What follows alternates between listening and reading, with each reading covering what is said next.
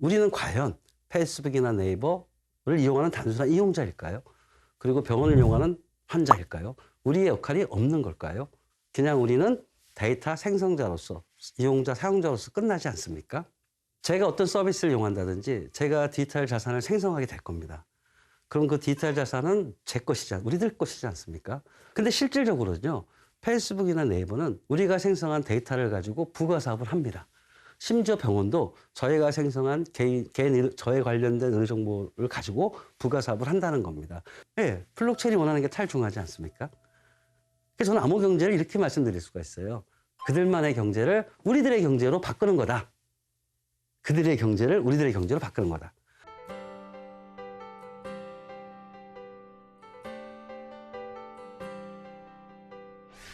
안녕하세요. 저는 동국대학교 국제정보대학원 블록체인 연구센터를 맡고 있는 박성준입니다. 한편으로는 블록체인 세상을 위해서 블록체인 플랫폼과 그리고 여러분들이 체험할 수 있는 블록체인 서비스를 직접 개발하기도 합니다. 지금까지 제가 여러분께 말씀드렸던 거는 비트코인을 말씀드렸고요. 그 비트코인의 한계를 극복해서 새로운 블록체인 개념을 만든 이더리움에 대한 설명을 드렸습니다. 그리고 이더리움이라는 게 바로 뭐냐? 글로벌 신뢰 컴퓨터. 즉 블록체인은 컴퓨터이전 네트워크라고 말씀을 드렸습니다. 그러면 우리가 왜 블록체인이라는 새로운 컴퓨터이전 네트워크를 받아들여야 할까요? 바로 그게 블록체인을 해야만 해야 되는 이유이기도 합니다. 먼저 제가 블록체인을 글로벌 신뢰 컴퓨터라고 말씀을 드렸고요. 또 한 가지 제가 여러분에게 잠깐 언급했는데 디지털 자산이라는 걸 언급했습니다. 그리고 블록체인 기술의 처음과 끝이 바로 디지털 자산이라고 말씀드렸습니다. 그게 바로 블록체인의 비전 및 목표하고도 핵심적인 원리이기도 하고요. 그거를 제가 이번에 말씀드리도록 하겠습니다. 제일 중요한 거는 블록체인은 기본적으로 저에게 4가지 기능을 준다고 말씀드렸습니다. 첫째가 암호화폐 발행 기능이고요. 두 번째가 스마트 계약 기능, 그리고 디지털 자산 기능, 보통 스마트 자산이라고도 얘기를 합니다. 그리고 마지막이 DAO라고 탈중앙화된 자동화 조직이라고 말씀을 드렸습니다. 암호화폐 발행 기능이란 뭐냐면 말 그대로 여러분이 생각하는 암호화폐를 발행할 수 있는 기능입니다. 여기서 제가 꼭 좀 말씀드리고 싶은 거는 암호화폐 발행하는 거는 굉장히 쉽습니다. 그 누구든지 블록체인을 이해하고 블록체인을 사용할 줄만 알면 10분이면 만들 수 있습니다. 이게 무슨 말이냐면요. 예를 들어서 이런 겁니다. 여러분 친구가 나 밴드 만들었다고 여러분한테 자랑하시면 여러분 어떻게 생각하십니까? 어우, 너 대단한 거 했네. 이렇게 얘기하진 않잖아요. 그래, 알았어. 이렇게 얘기하잖아요. 그 마찬가지로 블록체인 플랫폼은 암호화폐 발행 기능을 기본 기능으로 줬다는 얘기입니다. 그 말은 뭐냐면은 여러분이 네이버에서 밴드 만들듯이 누가 여러분들한테 와서 내가 암호화폐를 만들었어라고 얘기하면은 이렇게 반응하세요. 응? 너도 만들었니? 대단하게 만들었다. 이렇게 생각하지 말라는 겁니다. 그게 소위 우리가 말하는 암호화폐 발행 기능이 블록체인 플랫폼의 기본 기능이라는 겁니다. 두 번째가 뭐냐면은 스마트 계약 기능입니다. 앞에서 제가 스마트 계약 기능은 단지 우리가 쓰고 있는 소프트웨어하고 똑같다고 말씀을 드렸어요. 블록체인이라는 컴퓨터에서 돌아가는 소프트웨어를 우리는 스마트 계약이라고 얘기를 했습니다. 근데요, 기존의 소프트웨어하고 우리가 컴퓨터 쓰는 소프트웨어랑 블록체인 컴퓨터에서 돌아가는 소프트웨어인 스마트 계약하고 차이점이 있습니다. 그게 바로 뭐냐면은 스마트 계약은 목적이 있는 소프트웨어입니다. 그 목적이란 뭐냐? 바로 디지털 자산을 관리하는 목적입니다. 여기서 제가 관리라고 썼지만 이게 디지털 자산의 소유권이 누구 거고 그리고 언제 거래가 일어나서 소유권이 바뀌었는지를 관리해 준다는 얘기라고 생각하시면 됩니다. 그래서 디지털 자산의 개념을 우리는 구체적이고 쉽게 그리고 또 확실히 이해하셔야 됩니다. 그걸 제가 한번 설명해 드려보도록 하겠습니다. 우리는 보통 네이버나 페이스북 또는 병원을 갑니다. 이때 현재 우리들은 어떤 생각을 가지고 있냐면은 수동적인 사고를 가지고 있습니다. 무슨 말씀이냐면은 우리가 페이스북을 이용하는 이용자, 사용자라는 뜻이죠. 네이버를 이용하는 사용자라는 뜻입니다. 그리고 병원을 갈 때 환자라는 뜻을 우리는 생각을 가지고 있습니다. 아주 수동적인 사고입니다. 여기서 제가 여러분께 질문을 하나 던지고 싶습니다. 어떤 거냐면 우리는 과연 페이스북이나 네이버를 이용하는 단순한 이용자일까요? 그리고 병원을 이용하는 환자일까요? 우리의 역할이 없는 걸까요? 이제 그거에 대한 설명을 드리도록 하고 싶은 겁니다. 제가 이런 말씀을 드리겠습니다. 여러분이 페이스북이나 네이버를 쓰게 되면은 여러분이 쓴 활동들, 이용 기록들은 컴퓨터의 데이터로 표현이 됩니다. 그리고 컴퓨터의 데이터로 표현된 것들은 페이스북 서버나 네이버 서버에 저장이 되겠죠. 예, 모두들 부정하지 않습니다. 그리고 여러분이 병원에 가서 진료를 받는 순간 여러분의 개인 의료정보 데이터가 생성이 됩니다. 그리고 생성된 의료정보 데이터는 병원의 서버에 저장이 됩니다. 즉 우리는 여기서 알 수 있는 건요. 우리는 단순히 페이스북이나 네이버를 이용하는 이용자라는 병원을 이용하는 환자의 개념에서 좀 더 적극적인 사고를 한번 해보자는 겁니다. 즉 우리는 누구냐? 데이터를 생성하는 사람들이라는 겁니다. 즉 우리는 데이터 생성자라는 능동적인 생각을 한번 해보고 싶은 겁니다. 한 단계 더 나가면요. 제가 이런 얘기를 물어봅니다. 여러분이 생성한 그 데이터들, 데이터 생성자로서 여러분들이 생성한 데이터들이 가치가 있을까요? 없을까요? 제가 수없이 많은 강연에서 이 질문을 던졌을 때 많은 사람들은 당연히 가치가 있죠 라고 대답을 합니다. 예, 맞습니다. 우리가 생성한 데이터는 단순한 쓰레기가 아닌 우리하고 관련된 정보를 포함한 가치가 있는 데이터들이겠죠. 바로 그 가치가 있는 데이터를 블록체인에서는 디지털 자산이라고 정의를 합니다. 즉 디지털 자산이란 뭐다? 가치가 있는 데이터라는 거죠. 그럼 우리가 한 단계 더 나가서 우리는 그동안 페이스북이나 네이버의 단순한 이용자, 사용자, 병원에 진료를 받는 환자, 단순한 사고가 아닌 우리는 결국 뭐냐? 디지털 자산 생성자라는 능동적인 생각을 할 수 있다는 겁니다. 블록체인은 바로 이 디지털 자산, 우리가 생성한 가치 있는 데이터인 디지털 자산을 우리에게 돌려주고 싶은 것입니다. 이 말이 무슨 말이냐면요. 가치가 있다고 다들 생각하시잖아요. 그럼 그 가치를 인정받아야 되지 않을까요? 우리가 페이스북이나 네이버를 사용해서 생성된 디지털 데이터들, 가치가 있는 그 디지털 자산에 대해서 가치를 인정받고 싶은 겁니다. 근데 지금은 인정받지 않잖아요. 그냥 우리는 데이터 생성자로서, 이용자, 사용자로서 끝나지 않습니까? 근데 실질적으로는요, 페이스북이나 네이버는 우리가 생성한 데이터를 가지고 부가 사업을 합니다. 심지어 병원도 저희가 생성한 저에 관련된 의료정보를 가지고 부가 사업을 한다는 겁니다. 소위 그게 우리가 요즘 가장 논쟁하고 있는 빅데이터 문제입니다. 우리는 누구냐면은 빅데이터를 생성하는 사람들이라는 겁니다. 4차 산업혁명이라든지 여러 가지 얘기들 많이 하고 인공지능 얘기하면서 빅데이터 얘기를 합니다. 그런데 실질적으로 여러분 그 빅데이터를 생성하는 사람은 우리라는 겁니다. 그리고 우리가 생성한 빅데이터를 가지고 많은 서비스가 창출된다고 많은 얘기들 하지 않습니까? 그 말은 무슨 뜻이겠어요? 가치가 있다는 거고요. 그 가치를 누가 과연 소유하느냐는 거죠. 원래대로 따지면 저희들 거 아닐까요? 맞습니다. 우리가 만든 디지털 자산이고 우리가 만든 디지털 자산은 우리가 활용해야 된다는 겁니다. 디지털 자산의 개념은 바로 그런 뜻이고요. 블록체인의 비전 및 목표 중에 가장 핵심적인 거를 제가 디지털 자산이라고 말씀드린 이유는 그 디지털 자산을 원래 소유주인 우리한테 돌려주고자 하는 겁니다. 그래서 디지털 자산의 개념이 이해가 되셨으면은 제가 스마트 개혁과 디지털 자산을 어떤 연계가 있는지를 말씀드리겠습니다. 블록체인 플랫폼은요, 요 그림에서 알고 있지만 4가지 기능이 있다고 말씀을 드렸습니다. 암호화폐 발행 기능, 스마트 계약 기능, 스마트 자산 기능, 다오 기능이 있습니다. 바로 요 4가지 기능이 기존의 컴퓨터하고 블록체인 컴퓨터를 차별화시키는 핵심적인 개념입니다. 이렇게 생각하시면 되는 거예요. 제가 어떤 서비스를 이용한다든지 제가 디지털 자산을 생성하게 될 겁니다. 그럼 그 디지털 자산은 제 것이지, 우리들 것이지 않습니까? 그럼 우리들의 디지털 자산을 블록체인 플랫폼에 올리는 겁니다. 가치가 있는 디지털 자산을 소유권을 우리로 생각하고 올릴 수 있습니다. 블록체인 플랫폼에서는. 그러면 우리가 올린 디지털 자산을 필요한 사람이 있지 않습니까? 그 필요한 사람한테 우리가 팔겠다는 겁니다. 그 팔린다는 얘기는 거래가 일어나겠다는 거고 그 거래를 스마트 계약으로 얘기를 합니다. 그 거래를 실행하는 소프트웨어를 우리는 스마트 계약이라고 하는 겁니다. 즉 다시 말해서 블록체인 플랫폼 위에서는 우리의 디지털 자산을 스마트 계약으로 거래할 수 있는 디지털 자산 시장을 만들고 싶은 겁니다. 이게 블록체인 컴퓨터의 핵심입니다. 근데요, 디지털 자산은 이제 알았어요. 그리고 스마트 계약으로 거래한다고 했을 때 그 거래에는 반드시 필연적으로 지불 인프라가 필요하지 않습니까? 지불 수단이 있어야 됩니다. 그 지불 수단 때문에 암호화폐가 필요한 것입니다.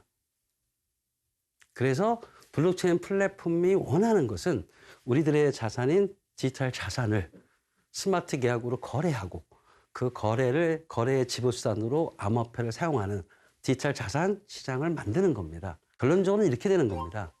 블록체인이 원하는 거는 블록체인 플랫폼 위에 암호화폐 발행 기능, 스마트 자산, 디지털 자산 기능, 스마트 계약 기능을 가지고 나의 자산인 디지털 자산을 블록체인 플랫폼에 올리고 그 올린 자산을 스마트 계약으로 거래하는 세상, 디지털 자산 세상을 원하는 겁니다.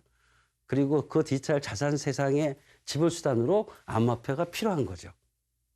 제가 이걸 강조하는 이유는 다음에 다시 한번 설명을 드리겠지만 암호화폐가 필요한 이유이기도 합니다. 첫 번째 여러분한테 제가 말씀드렸던 거는 암호화폐가 필요한 이유는 블록체인 플랫폼이 돌아가기 위한 채굴 보상금 때문에 암호화폐가 필요하다고 말씀드렸습니다. 그런데 그게 암호화폐 필요한 이유 다가 아니라는 겁니다. 여기서 제가 여러분께 말씀드리고자 하는 거는 암호화폐 필요한 이유 한 가지가 더 나왔다는 겁니다. 우리가 원하는 디지털 자산 거래 시장에서의 지불 수단으로서 암호화폐가 필요하다는 거죠. 그리고 저렇게 들어가는 그 디지털 자산 시장을 우리는 블록체인 경제 또는 암호 경제라고 얘기합니다. 저 암호 경제에서 암호의 의미는 암호학 기술을 썼다는 개념이 아닙니다. 저기서 암호 경제 암호라는 얘기는 암호화폐가 통용되는 경제라는 것을 의미합니다. 그래서 블록체인 플랫폼의 비전 및 목표는 바로 암호 경제를 만드는 거고요. 그 암호 경제의 목적이 뭐냐? 우리가 생성한 데이터들, 우리가 생성한 가치 있는 데이터인 디지털 자산을 우리에게 돌려주겠다는 겁니다. 이렇게 제가 질문을 드리니까 많은 사람들이 이런 질문을 던집니다. 아니 디지털 자산 거래에서 왜 꼭 암호화폐를 써야 되느냐? 지금 현재 있는 인터넷 뱅킹이나 카드 쓰면 되지 않느냐? 이런 얘기를 합니다. 그때 제가 이렇게 답을 드립니다. 여러분들한테 우리나라 전자상거래 최초로 일어났을 때 상황을 제가 설명을 드리면요. 인터넷 제가 앞에서 제 소개를 잠깐 드렸지만 인터넷 지능 정책을 통해서 인터넷 서비스를 만든다고 말씀드렸습니다. 그게 사이버 패러다임 시대에 살았고 그리고 기존의 쇼핑몰을 사이버 쇼핑몰로 바꾼다고 했습니다. 그때요, 제가 이런 말을 드립니다. 최초의 전자상거래 지불수단이 뭔지 혹시 기억하시는 분 계세요? 그때 지불수단이 있어야 되잖아요. 전자상거래 최초의 지불수단이 뭐냐면 무통장 입금이었습니다. 혹시 기억나세요? 무슨 얘기냐면요. 전자상거래 학회에서 제가 물건을 구매한 다음에 그 홈페이지에는 반드시 전화번호랑 입금 계좌번호가 있습니다. 그럼 저는 PC상에서 끝내는 게 아니고 종이로 적습니다. 그리고 지불하기 위해서 제가 은행을 갑니다. 오프라인으로. 은행을 가서 무통장 입금을 합니다. 그리고는 지불을 했어요. 그리고 끝난 게 아닙니다. 전화를 합니다. 제가 입금을 했는데 혹시 잘 받으셨나요? 그러면 이제 쇼핑몰 주인이 그걸 확인합니다. 그리고 나서 입금이 확인되면 저한테 물건을 옵니다. 이게 최초의 전자상거래 지불수단이었습니다. 제가 이 얘기를 길게 드리는 이유는 여러분에게 묻고 싶은 겁니다. 자, 만약에 쇼핑몰의 지불수단이 무통장 입금이었다면 현재 전자상거래가 활성화됐을까요? 모든 사람이 아니라고 합니다. 왜 아니냐? 무통장 입금 가지고 현재 속도가 있는 전자상거래 지불수단으로 역할은 제한적이기 때문입니다. 그래서 발전된 게 인터넷 뱅킹이고 그러니까 피지라는 사업입니다. 즉 다시 말해서 기존의 종이문서 세상에서 지불수단인 무통장 입금 수단이 전자상거래가 와서 전자적인 지불 시대에서는 안 맞는다는 거잖아요. 그래서 지금 전자상거래가 활성화된 이유 중에 하나는 바로 사이버 세상에서의 사이버 지불 수단이 발전했기 때문입니다. 근데 이제 저희는 블록체인 세상으로 가고 있습니다. 블록체인 세상이란 뭐죠? P2P고 실시간인 것도 있습니다. 근데 만약에 우리가 블록체인 세상에서의 경제 생태계인 블록체인 경제나 암호 경제를 구축을 할 때 현재의 피지나 인터넷 뱅킹을 주장한다면 그거는 곧 어떤 거냐? 우리가 전자상거래 발전을 시킬 때 끊임없이 무통장 입금을 주장한다는 거 같은 논리라는 겁니다. 그 말은 뭐냐면요. 어떤 경제 생태계가 발전을 하면은 그 경제 생태계에 맞는 지불 수단이 함께 발전이 돼야 그 경제 생태계가 발전한다는 거를 제가 반증해 드리는 겁니다. 왜 암호화폐가 필요하냐면은 블록체인 인프라에 올라가는 블록체인 경제, 암호 경제, 즉 디지털 자산 거래 경제에서의 맞는 P2P 지불 수단이 필요했던 거고요. 그 P2P 지불 수단이 바로 암호화폐라는 것을 제가 말씀드리는 겁니다. 이제 마지막 남은 기능 중에 하나가 다오라는 기능이 있습니다. 원래 우리가 원하는 거는 P2P 세상이지 않습니까? 그렇다면은 모든 거래나 이런 것들을 암호 경제, P2P 거래, P2P 지불로 만들었듯이 그 경제 생태계에 참여하는 조직조차도 P2P로 만들어야 될 거 아닌가요? 현재 조직은 회장 있고 부장 있고 일반 직원이 있는 수직적 관계지 않습니까? 그건 P2P가 아니잖아요. 우리가 원하는 블록체인 경제, 암호 경제를 만들 때 P2P 경제학을 만드는데 그 생태계에 참여하는 조직은 P2P가 아니래요. 또 안 맞지 않을까요? 예, 맞습니다. 그래서 다오라는 기능은 왜 좋냐면은 P2P 조직을 만들고 싶은 겁니다. 즉, 그 경제 생태계에 참여하는 조직조차도 지금과 같은 중앙 집중 방식의 조직이 아닌 P2P 방식의 조직으로 만들고 싶은 겁니다. 그렇다면은 우리는 이제 암호 경제를 완성할 수 있는 겁니다. 암호화폐가 필요한 이유를 제가 두 가지라고 말씀드렸습니다. 첫째는 뭐냐? 블록체인 플랫폼의 보상 체계로서 필요하다고 말씀을 드렸고요. 또 하나는 뭐다? 디지털 자산 거래 시장의 지불 수단이라고 말씀드렸습니다. 근데 디지털 자산 거래 시장의 지불 수단 이전에 뭐가 또 필요하냐면요. 저희가 가지고 있는 디지털 자산들의 가치를 표현해야 되지 않습니까? 예, 저희가 생성한 데이터 가치. 디지털 자산의 가치를 표현하는 표현 수단이 또 필요합니다. 여기서 제가 여러분께 꼭 부탁드리고 싶은 거는 디지털 자산의 가치 표현이라는 단어를 언급하고 싶습니다. 요거는 제가 다음 강의 때 좀 더 자세히 말씀드리고 싶습니다. 저기서 우리가 스마트폰에서 얘기하는 앱 생태계, 앱 서비스들, 그걸 통해서 받는 우리의 서비스는 인터넷 경제, 사이버 경제라고 제가 말씀을 드렸습니다. 그 속에 필요한 거는 사이버 지불 수단인 피지가 필요한 거고 모바일 뱅킹이 필요한 거죠. 근데 이게 블록체인 기반으로 옮기게 되면은 블록체인 생태계에서 아까 말한 스마트 계약으로 우리의 디지털 자산을 거래하는 시장, P2P 경제 모델이 생긴다고 했습니다. 즉 다시 말해서 암호 경제라는 새로운 경제 생태계가 나오는 거고요. 저 암호 경제 새로운 생태계 지불 수단이 바로 암호화폐가 됨을 제가 반복적으로 강조해 드리는 겁니다. 현재 세상은 인터넷 경제에서 암호 경제로 가는 과도기적인 어떤 혁명의 시대에 살고 있는 겁니다. 암호화폐가 필요한 어떤 사례를 제가 한번 간략하게 설명을 드리도록 하겠습니다. 웹툰 작가들이 자기가 만든 웹툰을 웹툰 서비스 기간에 제공을 하면은 웹툰 서비스 기간은 그 다운로드 횟수만큼에 따라서 일정 부분의 수익을 웹툰 작가에게 주게 돼 있습니다. 이거는 가정인데요. 만약에 웹툰 서비스 기간이 사실은 중앙 집중 기간이기 때문에 웹툰 서비스 기간에서 다운로드 횟수를 만약에 속인다면은 웹툰 작가가 알 수 있는 방법이 없습니다.